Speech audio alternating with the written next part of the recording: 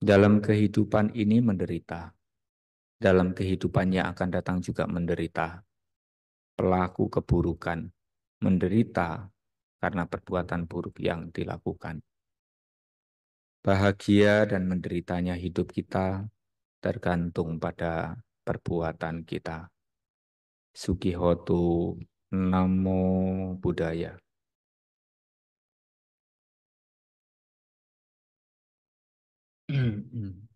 Ya, baik Bante, sampaikan banyak terima kasih Anumodana pada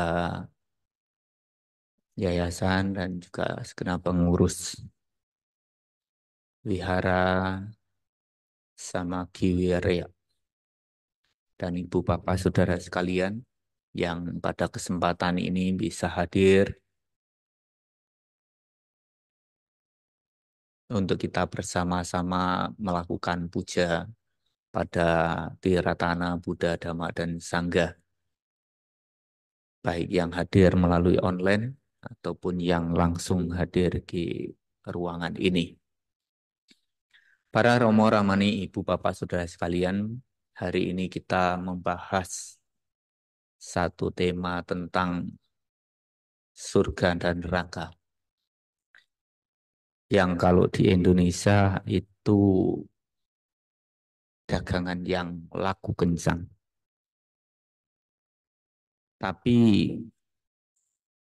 sering kita membahas tentang surga dan neraka, tapi tidak pernah membahas tentang di mana kuncinya. Kalau kita tahu surga, tahu neraka itu di mana, kalau tidak ada kuncinya, kita tidak akan bisa masuk. Maka sebenarnya itu juga dua hal yang saling berkaitan. Kalau bisa dikatakan ada orang masuk surga, ada orang masuk neraka, berarti kan ada di sebuah ruangan, surga dan neraka itu. Berarti ada pintunya. Kalau pintunya sedang tertutup dan dikunci, kalau kita tidak punya kuncinya, kita tidak akan bisa masuk. Dan kalau kita tidak bisa masuk ke surga dan juga kita tidak masuk ke neraka, berarti kita masih gentayangan di luar dari ruangan. Dan ini menjadi satu tema yang menurut kami sering dibahas dan sangat menarik dari zaman ke zaman. Karena intinya juga manusia takut masuk neraka dan semuanya ingin masuk surga. Kalau bisa pilihannya hidup bahagia, kaya raya, meninggal masuk surga. Itu yang diinginkan. Dan itu juga yang didoakan. Apakah kita walaupun sudah berdoa demikian pasti akan mendapatkan itu? Menjadi orang kaya raya, ya, hidup bahagia, meninggal masuk surga? Apakah semuanya tidak mendapatkan atau bahkan semuanya mendapatkan? Ya, semuanya tergantung juga kepada diri kita. Apakah kita mendapatkan ataukah tidak mendapatkan. Tetapi sebelum kita membahas ke sana, sebelumnya Bante ingin tanya, yang Mas datang ke sini masuk ke ruangan ini orang yang bahagia atau orang yang menderita? Ya, kalau yang menderita harapannya nanti setelah ini bisa bahagia.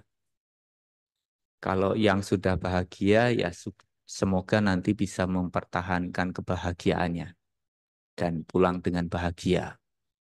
Tapi Bante sering melihat juga orang datang ke tempat ibadah dengan berbagai permasalahan, artinya dia dalam kondisi tertekan atau dalam kondisi menderita begitu.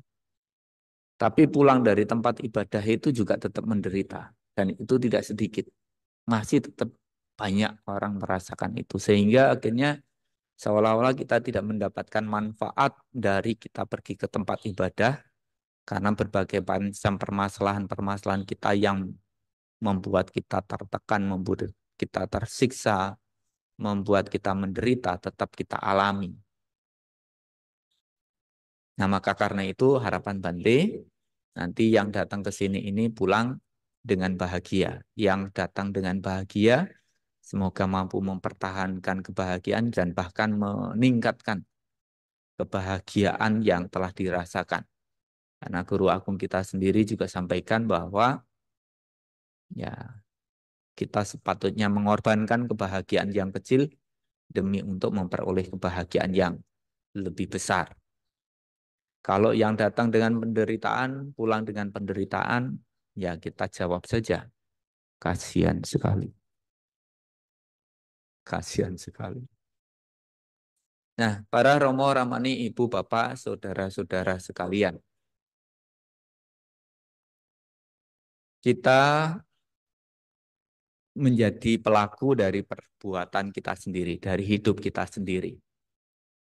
Jadi tujuan hidup kita tentukan.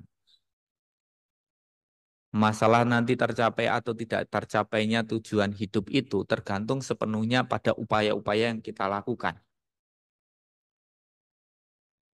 Tanpa ada upaya-upaya yang benar, maka kita tidak akan bisa sampai pada tujuan hidup itu. Maka karena itu sangat tergantung sepenuhnya pada kita sebagai pelaku dari kehidupan itu. Ya. Jadi memang ada orang yang bisa mencapai, ada yang tidak bisa mencapai. Ada yang mencapai kebahagiaan, atau bahkan mungkin istilahnya saya kesenangan, bukan kebahagiaan atau kebahagiaan sementara sesaat, kebahagiaan semu. Tapi setelah memperoleh itu dia terikat, dia melekat dan tidak melepaskan keterikatan, kemelekatan terhadap kesenangan itu. Karena merasa sudah nyaman. Walaupun belum bebas dari penderitaan. Nah, di dalam Buddhis ini disampaikan, ditawarkan tentang kebahagiaan yang tertinggi, yaitu Nibbana. Jadi surga bukan tujuan berarti. Tapi kalaupun kita menjalani hidup bahagia, kaya raya, meninggal masuk surga, yaitu adalah upaya-upaya benar yang sudah dilakukan sehingga memperoleh itu semua. Tapi ingat itu bukan tujuan akhir. Bukan tujuan akhir. Sehingga kalau kita belum mencapai tujuan akhir, kita ini akan tetap mengalami kelahiran, kematian, kelahiran, kematian di antara 31 alam kehidupan. Menurut ajaran Buddha begitu. Nah, perumpamaan ini disampaikan oleh guru agung kita bahwa banyak orang yang hanya hilir mudik di pantai sini, hanya sedikit yang mampu menyeberang ke pantai seberang. Mungkin semuanya ingin mencapai kesempurnaan, ingin menyeberang ke pantai seberang. Tapi ada hanya yang cuma duduk diam, tidak melakukan apapun. Atau ada yang melakukan, tapi mungkin melakukan keburukan. Jadi itu bisa diistilahkan, ya kalau secara hukum karma itu dikala kita menabur kebajikan, kita memperoleh kebahagiaan, dan dikala kita menabur keburukan, kita memperoleh penderitaan. Nah, kita ingin hidupnya bahagia, tapi yang kita lakukan adalah keburukan. Jadi akibatnya pun bukan sesuai dengan yang dia inginkan, kebahagiaan, tetapi yang dia dapatkan adalah penderitaan. Jadi kebalikan dari apa yang sepatutnya dia lakukan. Kalau memang ingin hidup bahagia, sukses, kaya raya, meninggal masuk surga kan upaya-upaya benar yang dilakukan, kebajikan-kebajikan yang harus dilakukan. Tapi yang dilakukan ini terbalik. Yang dilakukan keburukan, yang dilakukan kejahatan, melakukan tindakan-tindakan tercela, perbuatan-perbuatan buruk yang mengakibatkan ia akhirnya menderita. Ya, tidak sesuai dengan apa yang diinginkan. Nah, ada juga yang melakukan, tapi mungkin hanya sekedar melakukan. Kayak orang itu sakit minum obat tapi apa namanya? Orang sakit pergi mencari dokter, oleh dokter dikasih obat, dikasih resep cara bagaimana minum obat, tetapi ia tidak meminum obatnya. Tiap hari hanya dibaca saja cara minum obat tanpa meminum obat. Nah, itu sama seperti hanya umat Buddha yang Hanya pergi ke wihara, baca parita, selesai pulang. Yang dibaca apa? Jawabnya tidak tahu. Tentang suta ini, tentang suta itu, tentang ajaran ini, ajaran itu, bagaimana isinya? Tidak tahu. Nah, itu mungkin seperti hanya burung beo ya. Selamat pagi gitu. Tapi apakah dia tahu bahwa itu pagi itu kayak apa, bagaimana? Dia hanya mengucapkan itu tapi tidak tahu apa yang dia ucapkan. Nah ini tidak jarang juga terjadi sama kita. Kita baca parita tapi terkadang kita itu pikirannya tidak baca. Orangnya ada di sini tapi pikirannya masih belanja di luar sana. Masih tertinggal gitu ya. Sehingga antara pikiran, ucapan, dan perilaku ini tidak selaras. Sehingga akhirnya kita tidak mendapatkan apa yang kita harapkan. Nah, lantas sepatutnya bagaimana Bante? Ya sepatutnya apa yang kita ketahui itu juga yang akan kita praktekkan. Itu pula yang kita laksanakan di dalam kehidupan sehari-hari kita. Makanya di dalam Manggala Sutta itu dikatakan hidup sesuai dengan dhamma. Pikiran kita pikiran dhamma, tutur kata kita tutur kata dhamma, perilaku kita adalah perilaku dhamma. Dhamma yang diajarkan oleh guru agung kita ini telah teruji dan terbukti bagi siapapun yang melaluinya, bagi siapapun yang mempraktekkan melaksanakannya, maka ia akan memperoleh pelindungan dari dhamma itu. Itu bahagia sekarang dan juga kehidupan yang akan datang. Tapi tentunya pengetahuan kita tidak sempurna karena kita masih dalam tahap proses ya, belajar dan terus belajar. Maka karena itu ada yang juga pernah bertanya kepada Bante, Bante, kalau saya sebagai umat Buddha mau mempraktekkan Dhamma, dari mulai mana dulu saya harus mempraktekkannya? Nah, waktu itu ya saya jawab, dari apa yang Anda ketahui tentang Dhamma ini. Dari apa yang Anda ketahui tentang Dhamma ini. Itulah yang Anda praktekkan. Benar nggak? Kalau dibilangin Anda harus memulainya dari sini, dari situ. Nah, kalau dia tidak tahu itu, yang dia ketahui tentang yang lain, jadi yang harus dipraktekkan, yang harus dilakukan sesegera mungkin adalah dari apa yang saat ini diketahuinya. Oh, cara yang tepat sesuai dengan dhamma yang saya tahu seperti ini. Lakukan itu. Nanti kita akan terus belajar dan terus belajar. Nanti setelah saya mempraktekkan begini begitu, ini kok hasilnya tidak sesuai ya? Bagaimana ya?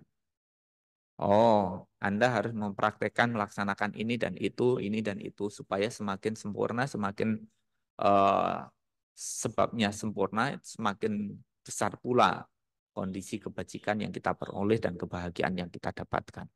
Begitu. Kenapa? Karena bisa diibaratkan segala sesuatu itu menjadi sempurna. Itu bukan karena hanya disebabkan karena satu sebab, tapi karena banyak faktor yang saling mempengaruhi di situ. Mungkin kalau kita mengatakan, ya untuk saya bisa mencapai, misalnya sebagai seorang pelajar begitu, saya mendapatkan ilmu yang bagus, sempurna dengan nanti kelulusan yang baik, saya harus rajin belajar. Jawaban itu juga tidak keliru, rajin belajar. Tapi kalau hanya rajin belajar saja, tanpa ada sebab-sebab yang lain yang saling mempengaruhi, bisa tidak dia menjadi orang pintar? Rajin belajar, tapi sarananya tidak ada. Rajin belajar, tapi gurunya, dosennya tidak ada. Atau rajin belajar, tapi lupa makan, lupa mandi, lupa tidur. Gimana coba?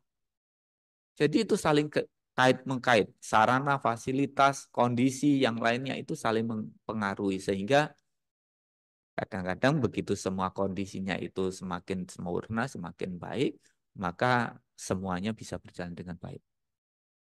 Gurunya ada, kita juga makan, semuanya ada, sarana-sarananya ada.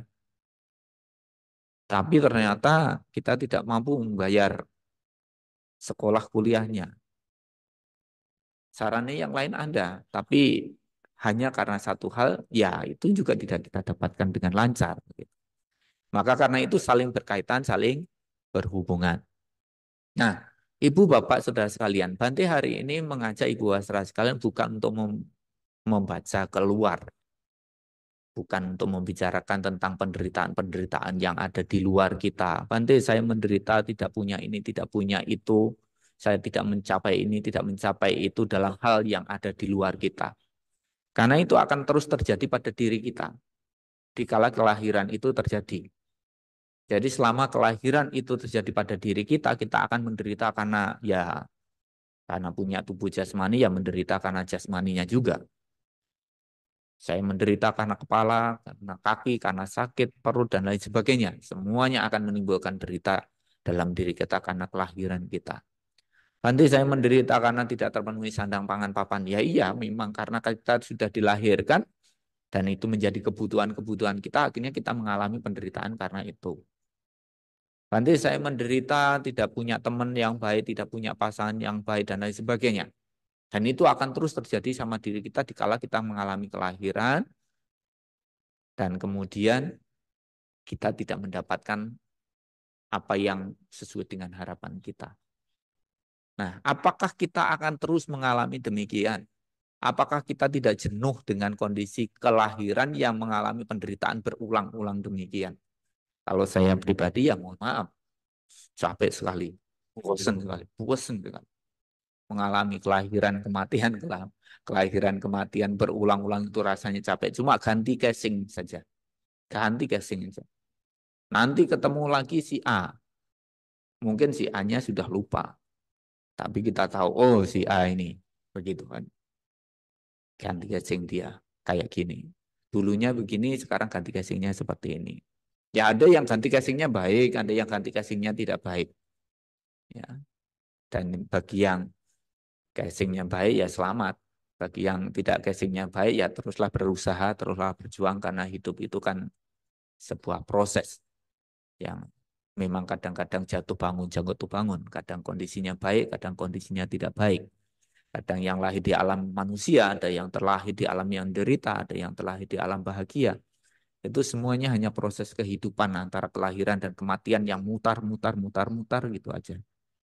Di antara kelahiran dan kematian. Nah, begitu kita melihat kelahiran kematian yang berulang-ulang dengan berbagai macam penderitaan yang muncul, itu menimbulkan kebosanan luar biasa. Ya kalau bisa karena kelahiran kita ini sebagai manusia bukan hal yang gampang untuk kita dapatkan. Oh Pak, nggak gampang. Maka karena itu jangan disia-siakan. Jangan disia-siakan. Yang muda juga jangan menyia-nyiakan. Yang tua pun juga jangan menyia-nyiakan. Ya, yang muda atau lambat juga menjadi tua. Yang tua ya dulunya pernah menjadi muda. Walaupun yang muda belum tentu sampai usia tua. Sehingga Bante berharap yang muda tidak lengah dalam hal ini.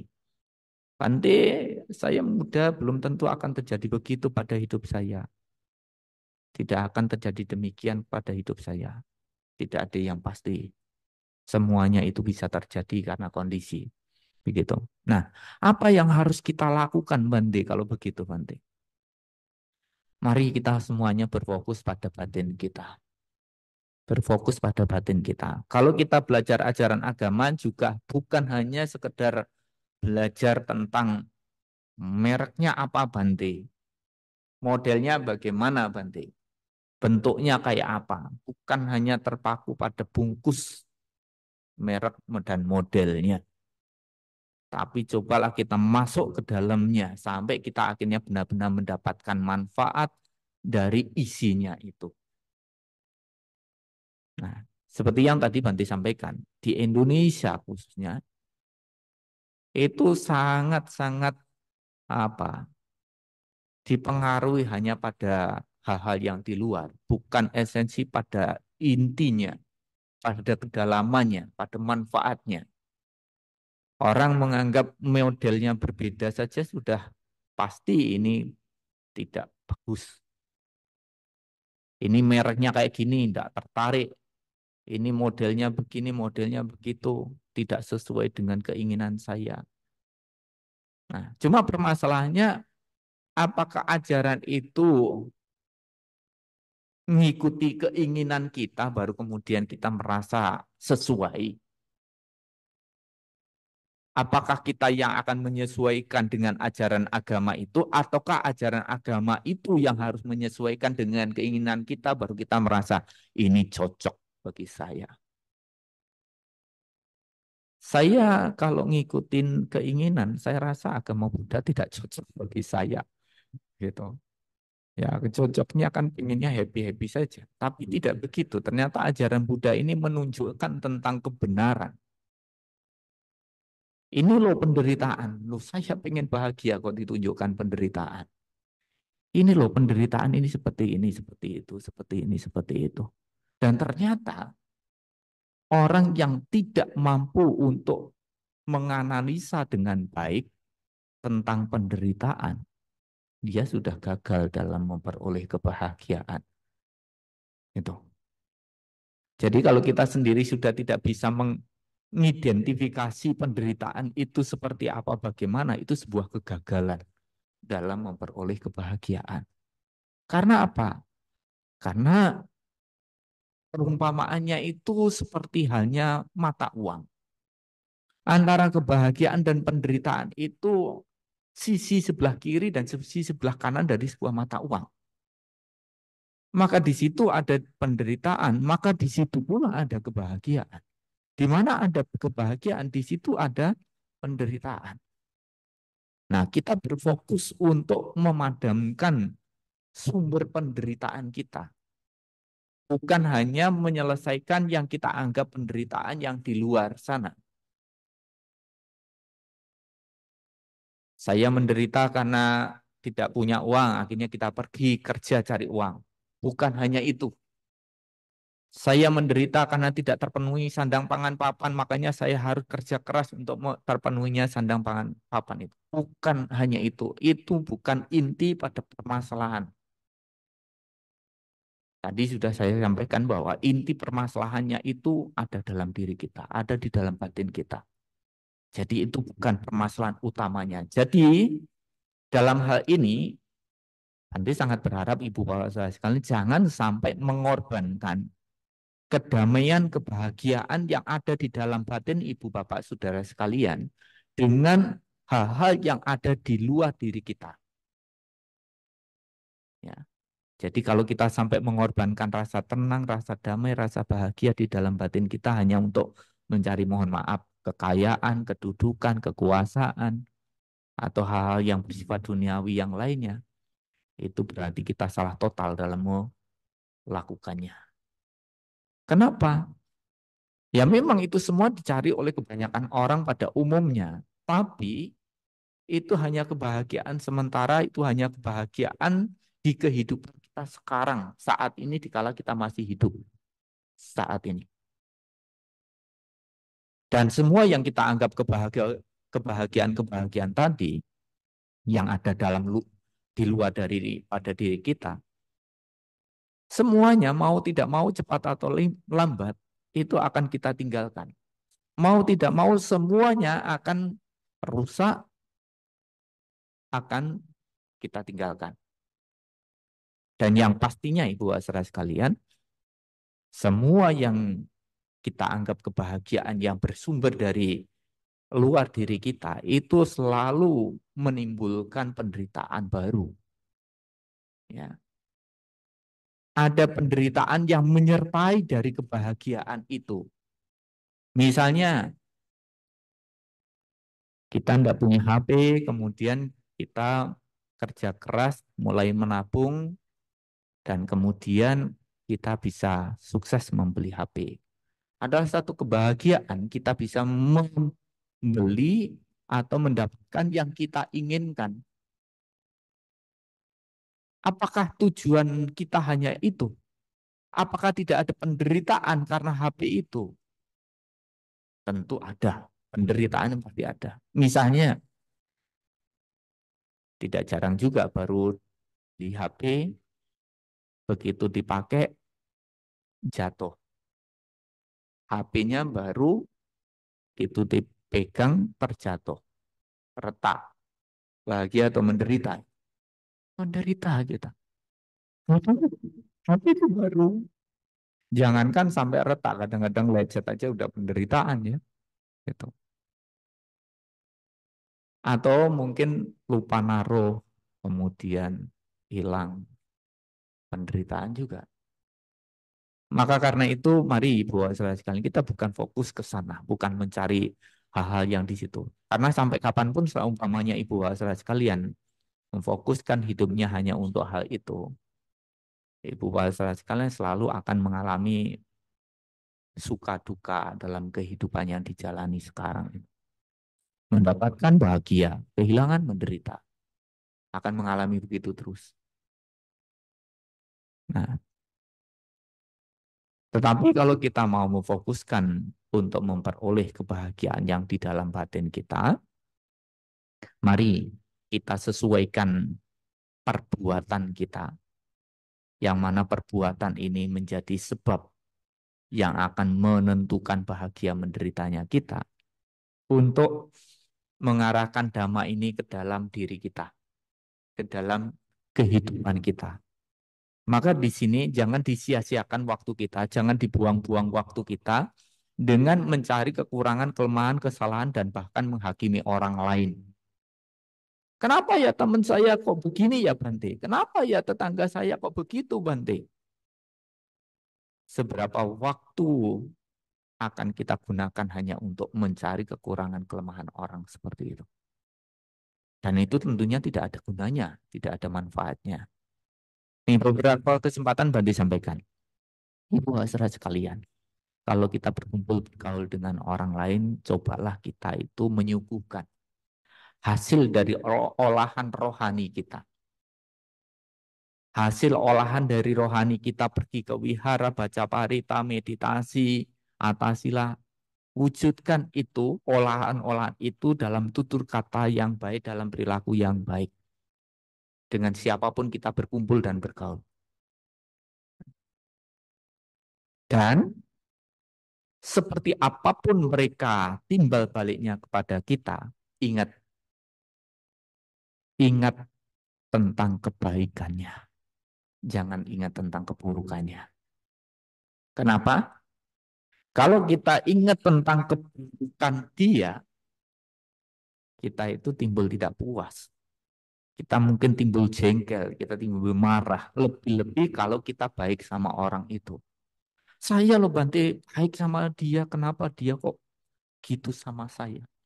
Gitu. Jadi kalau kita nanti timbul pikiran seperti itu, yang terjadi bagaimana? Kebencian menguasai, mencengkeram kita. Dalam Dhammapada Guru Agung kita sampaikan apa? Apabila seseorang memiliki pandangan bahwa dia menghina saya, dia merukai, menyakiti, merampas milik saya. Kalau seseorang masih memiliki pikiran-pikiran seperti itu, maka kebenciannya tidak akan pernah berakhir dari dirinya. Tapi kalau kita mengingat tentang kebaikannya, walaupun orangnya seperti apa, bagaimana terserah, tapi kita mengingat tentang kebaikannya. Yang muncul adalah niat baik untuk membalas kebaikan dia.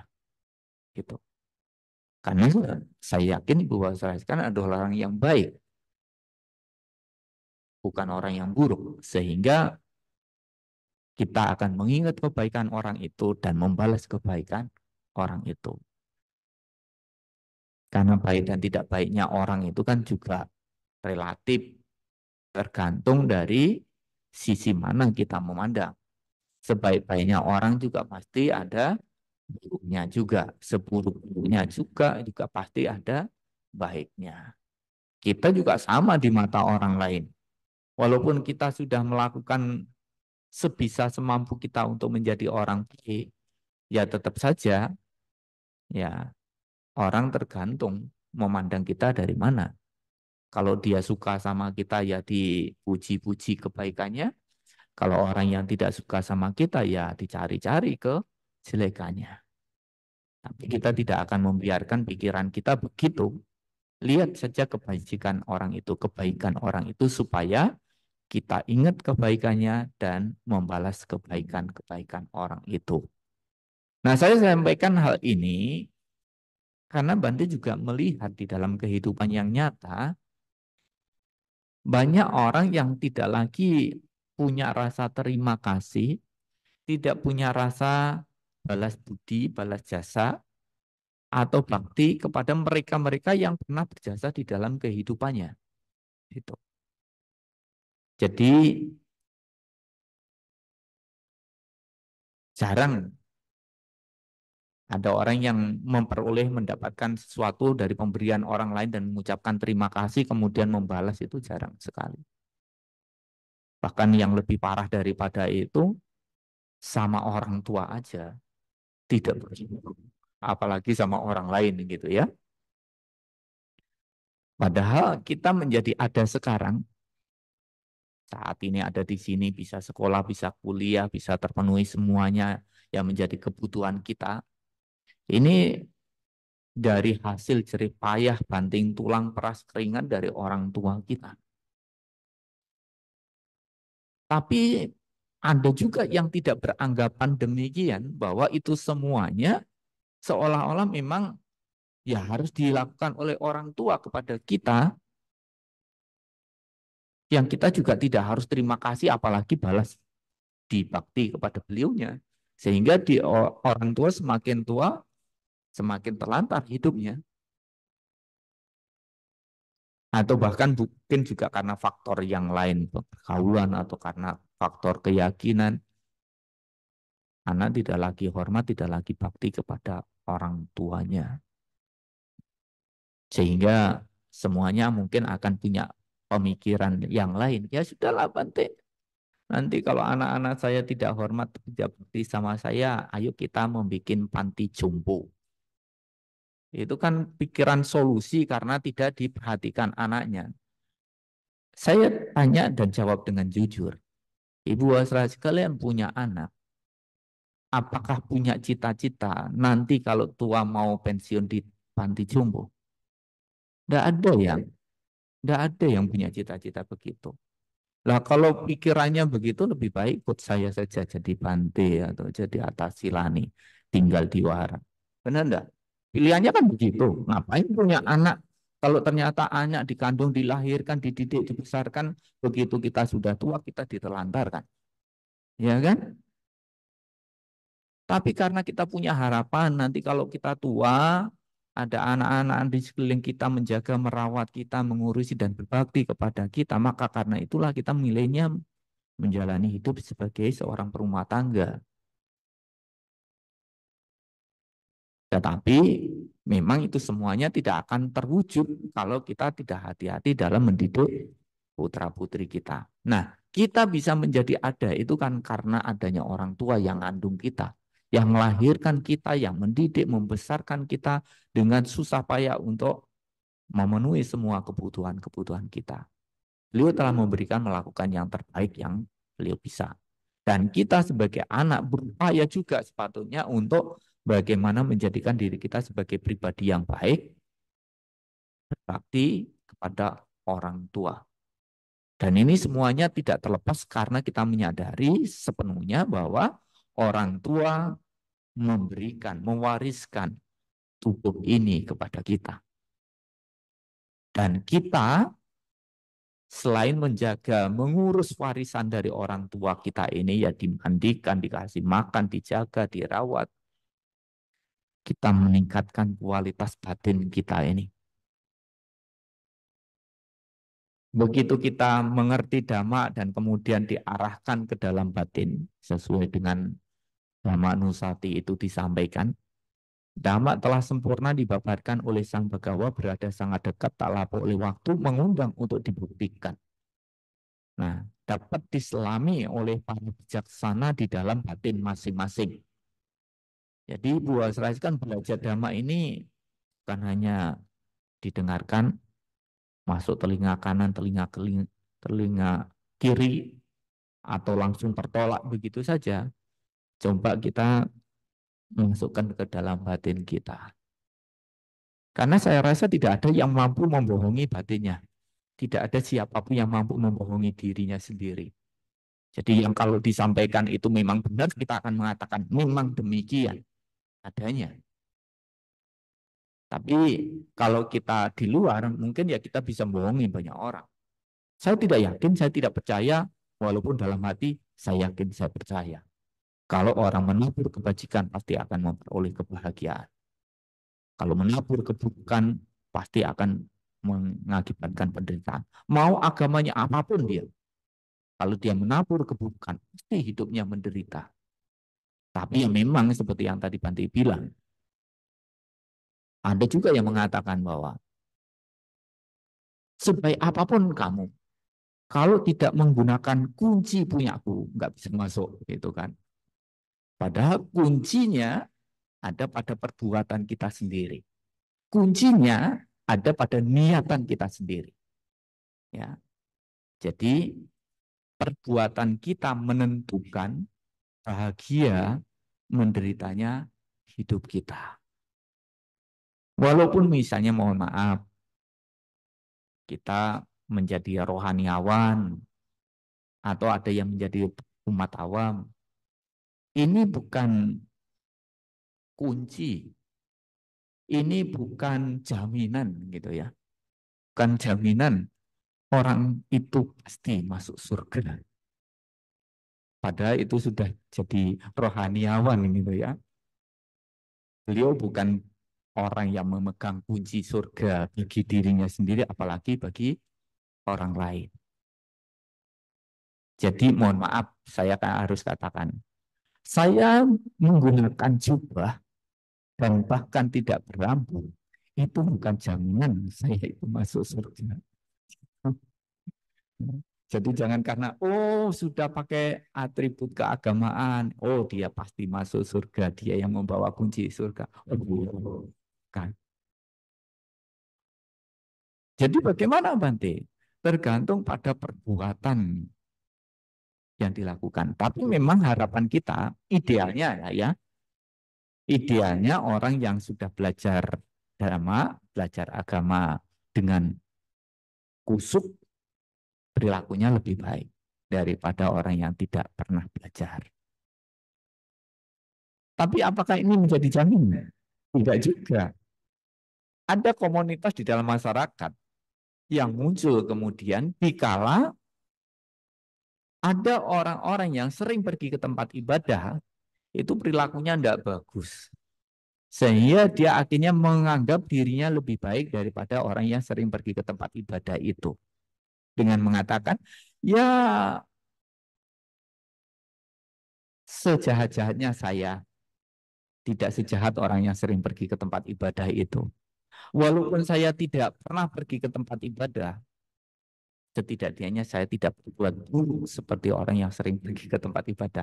Maka ada komunitas-komunitas yang mau pergi ke tempat ibadah itu nggak mau karena ya memang mereka merasa perilakunya tidak seburuk orang yang sering pergi ke tempat ibadah. Walaupun idealnya harusnya orang yang sering pergi ke tempat ibadah, sering belajar ajaran agama, perilakunya harus mencerminkan dari apa yang diajarkan di tempat ibadah itu. Gitu. Nah, maka karena itu sebenarnya bungkus bukan sebuah jaminan, tapi pada tindakan, pada perbuatan. Tapi siapa tahu perbuatan orang itu niatannya seperti apa dan bagaimana. Yang tahu niatan itu siapa? Yang tahu niatan orang itu ya orang itu sendiri. Banyak juga yang istilahnya apa? Ada udang di balik bakwan. Ya kita melihat orangnya baik, kelihatannya baik dia. Tapi niatan orang itu melakukan itu apa? Kan kita tidak tahu. Ada yang bisa mengetahui niatan orang itu. Misalnya, tiap hari dia pergi ke tempat ibadah. Kita sudah mengatakan bahwa, oh niatan dia, oh pasti dia niatannya untuk mencapai kesucian atau menjadi orang yang baik. Kan belum tentu. Siapa tahu dia pergi ke wihara, pergi ke tempat ibadah sering-sering karena jomblo. Siapa tahu nanti di tempat ibadah ketemu jodoh, itu kan tidak ada yang mengetahui itu kan. Lebih-lebih bagi, mohon maaf, mahasiswa gitu ya, mau semesteran gitu, rajin sekali. Jadi niatannya ke tempat ibadah apa? Siapa tahu begitu nanti pergi ke tempat ibadah, penanya itu bisa jalan sendiri gitu. Langsung bisa jawab-jawab sendiri gitu kan. Karena rajin ke tempat ibadah gitu kan. Dan ini banyak juga orang yang seperti itu. Ada yang pernah mengalami begitu mungkin dulu waktu masih kecil dan juga diajak papa mamanya. Kamu mau ujian kan? Ayo kita pergi ke Mbah Dukun misalnya. Ya kan? Apanya biasanya yang digunakan untuk ujian itu dari ballpointnya, apa penggarisnya, apalagi eh, stipunya nanti dijumpa jampi gitu kan dalam hati saya gitu. Dukunnya belum tentu sekolah, belum tentu kuliah. Apalagi kalau orang dulu kan mungkin tidak bisa baca, tulis ya, buta huruf gitu. Nah ini suruh doain gimana ceritanya gitu. Tapi ya itu memang juga efeknya bagus juga sih. Efek secara positifnya gitu ya. Begitu kita diajak pergi ke tempat itu timbul kepercayaan diri. Saya sudah didoakan gitu kan. Ini wis eh, apa namanya? Alat-alat tulisnya semuanya sudah didoakan, sudah diritualkan. Pasti nanti hasilnya bagus. Ada kepercayaan diri. Walaupun mungkin kepercayaannya tidak tepat gitu ya. Memiliki kepercayaan yang salah, keyakinan yang salah. Jadi artinya apa? Begitu kita memiliki sebuah kepercayaan, sebuah keyakinan, mungkin 50% dari permasalahan kita itu sudah sedikit bisa teratasi itu. Salah satunya mindernya apa tidak percaya dirinya itu bisa teratasi. Walaupun mungkin itu bukan sebuah jaminan juga gitu. Karena ternyata ya kita harus tetap memikirkan dan harus menyelesaikan sendiri. Nah, Ibu bahasa sekalian, kalau kita melihat perbuatan orang, kita tidak mengetahui niatan orang itu seperti apa. Padahal sesungguhnya yang disebut dengan perbuatan itu adalah yang didasari dari niatan, ya, yang didasari dari niatan. Dan setelah kita memiliki niatan dengan upaya-upaya yang kita lakukan, maka disitulah nanti akan kesampaian. Nah, Ibu Wasra sekalian pengen menjadi orang sukses kan ya, jadi jangan suka mengeluh lagi. Kalau sekali sering mengeluh, "Wah, susah, sulit, menderita saya gitu." Akhirnya ya keturutan juga hidup kita tidak akan pernah lebih baik daripada kondisi itu. Karena itu sudah tertanam dalam pikiran kita, aduh hidup saya susah gitu. Ada nanti pernah ketemu satu anak, ya beliau anak seorang pengusaha begitu. Kalau dimintain apapun, jawabnya selalu tidak bisa. Tidak bisa saya, tidak bisa saya, tidak bisa. Belum dilakukan pun, belum berupaya pun dia sudah mengatakan tidak bisa. Dan akhirnya yang terjadi anak itu sampai kapanpun tidak pernah bisa dalam hal apapun karena jawabannya adalah bisa itu. Kalau saya punya pandangan pemikiran begini, meditasi ini kan pekerjaan yang tidak kelihatan karena itu ngurusan batin kita. Kalau itu aja bisa dilakukan, apalagi pekerjaan yang nampak, pasti kita bisa kerjakan. Kalau orang lain bisa sukses, saya pasti bisa sukses. Itu. Maka ditanamkan terus, saya pasti akan bahagia, saya pasti sukses. Tanamkan terus. Nah, memang setelah kita tanamkan niatan kita mencapai kesuksesan, ya memang bukan hanya sekedar punya niatan aja. Segera lakukan upaya-upaya untuk mencapainya. Tindakan-tindakan untuk bisa merealisasikan dari apa yang menjadi pengetahuan kita, sehingga hasilnya kita bukan hanya impian, tapi nyata. Tapi Bante, saya pernah mendengar dari seorang motivator yang mengatakan bahwa kesuksesan itu diawali dari mimpi. Maka karena itu Bante, supaya saya bermimpi, saya tidur Bante. Maka jangan takut untuk Anda bermimpi. Maka supaya Anda terus bermimpi, Anda harus sering tidur. Maka Anda, saya pastikan sukses dalam mimpi dan tidak akan sukses dalam kenyataan gitu. Begitu nanti bangun ternyata ya hidupnya seperti itu aja. Ajaran Buddha tidak mengajarkan tentang mimpi, tentang halusinasi, mengajarkan tentang kebenaran, mengajarkan tentang kebahagiaan. Inilah kebahagiaan. Ini bukan kebahagiaan. Ini kebenaran. Ini bukan kebenaran. Dan siapapun yang telah mengetahui itu dengan benar, maka ia akan benar-benar memperoleh kebahagiaan. Dia mengetahui kebenaran dan hidup dengan benar untuk memperoleh kebahagiaan. Maka karena itu, Ibu saudara sekalian, begitu kita mengetahui kondisi batin kita seperti apa, sudah tahu kondisi batinnya masing-masing ya. Kalau kita meditasi pastinya banyak mengetahui kondisi itu. Bante, batin saya ini gundah gulana, batin saya ini kok tidak sehat begitu. Ayo mulai kita bersih-bersih. Minimal lah, mungkin setiap hari gitu pagi sore baca parita meditasi sebisanya semampunya. Pagi sebelum kerja 10 menit meditasi. Nanti malam sebelum istirahat baca parita meditasi. Ya, mengawali hari dan mengakhiri hari dengan kondisi pikiran yang damai, dengan pikiran yang bahagia. Coba dilakukan itu tiap hari. Jangan hanya seminggu sekali, seminggu sekali. Kalau hanya seminggu sekali ini seperti hanya piring yang ibu bapak saudara sekalian gunakan tiap hari, tapi nyucinya cuma seminggu sekali. Kotornya luar biasa itu pasti. Benar enggak? Maka kalau kita mau bukan seminggu sekali, tiap hari dipakai, tiap hari dicuci. Nanti saja Bante, nanti saja. Lupa hidup kita ini tidak pasti, tapi kematian adalah hal yang pasti datang dalam kehidupan kita. Kita semuanya tidak tahu usia kita ini panjang atau pendek. Maka bergegas, tidak menyia-nyiakan waktu, tidak membuang-buang waktu. Apa yang menurut ibu bapak saudara sekalian itu membahagiakan, bukan menyenangkan, tapi membahagiakan, dan itu pastinya adalah nilai-nilai kebajikan, lakukan. Jangan suka ditunda-tunda.